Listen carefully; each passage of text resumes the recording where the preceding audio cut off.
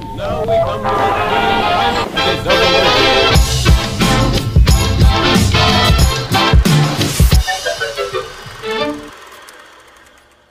Gawa tayo ng suman na saging. Meron tayo ditong 2 kilo na saging. Hilaw to kahapon, ngayon medyo manibalang na. Kaya lutuin na natin bago pa mahinog na mahinog pa. Pabalatan natin yan.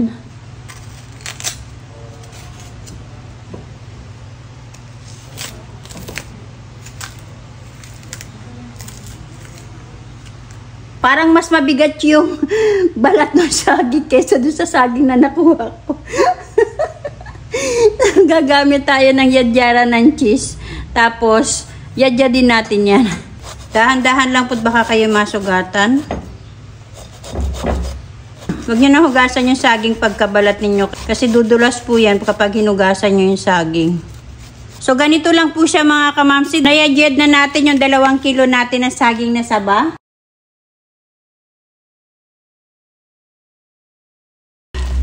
Gagawa tayo ng ating pang-snack mga kamamsi. Tamang-tama pa rin ito. Pwedeng-pwede nyo itong pang-umagahan bukas. Naglagay nga pala ako dyan ng 2 buko. Then yung ating asukal ay nasa sa inyo na po. Kung gaano katamis ang gusto niyo, pwede nyo naman po yan tikman ng konti lang. Huwag yun magkainin ng hilaw. Mahirap gumamit ng sandok. So, mekos-mekos na natin yan. Gamit ang ating mga kamay. Mag-gloves na lang po kayo. Gagamit ako dyan ng 1 cup na giniling na malagkit na bigas. Ito na mga kamamsi, tapos na nating mamix yung ating mixture. And by the way, almost 1/2 kilo ang nagamit ko sa ating mixture. Anyway, ilalagay ko po sa comment section ang ating lahat ng ingredients. So, ganito po dapat yung ating mixture mga kamamsi bago natin siya balutin. Ayan o.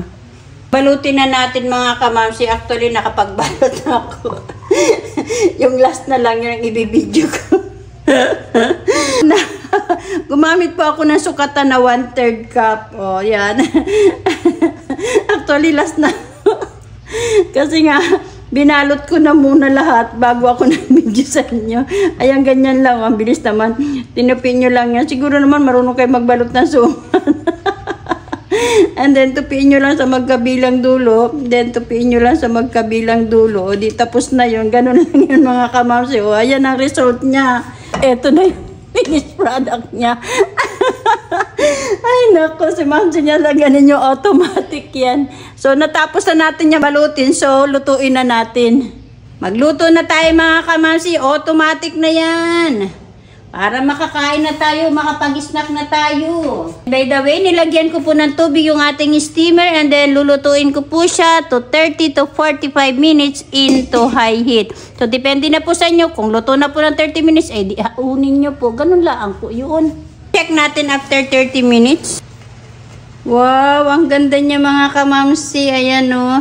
Gumawa na ako nito dati pero hindi ko lang siya nilagyan ng malagkit. So, ang tendency is matigas. So, maganda pala paglalagyan ng malagkit mga kamamsi. Ayan o. So, tikman muna natin bago tayo mag-picture-picture. Natatakaw na ako eh. Wow. Ang sarap nito bukas ng umaga mga kamamsi.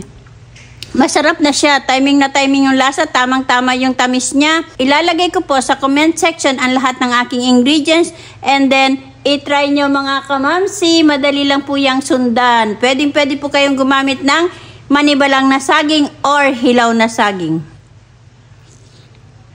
Ang sarap niya. Promise, hindi siya matigas. Kain po tayo. So, eto na mga kamamsi ang ating suman na saging. Kain po tayo mga kamamsi.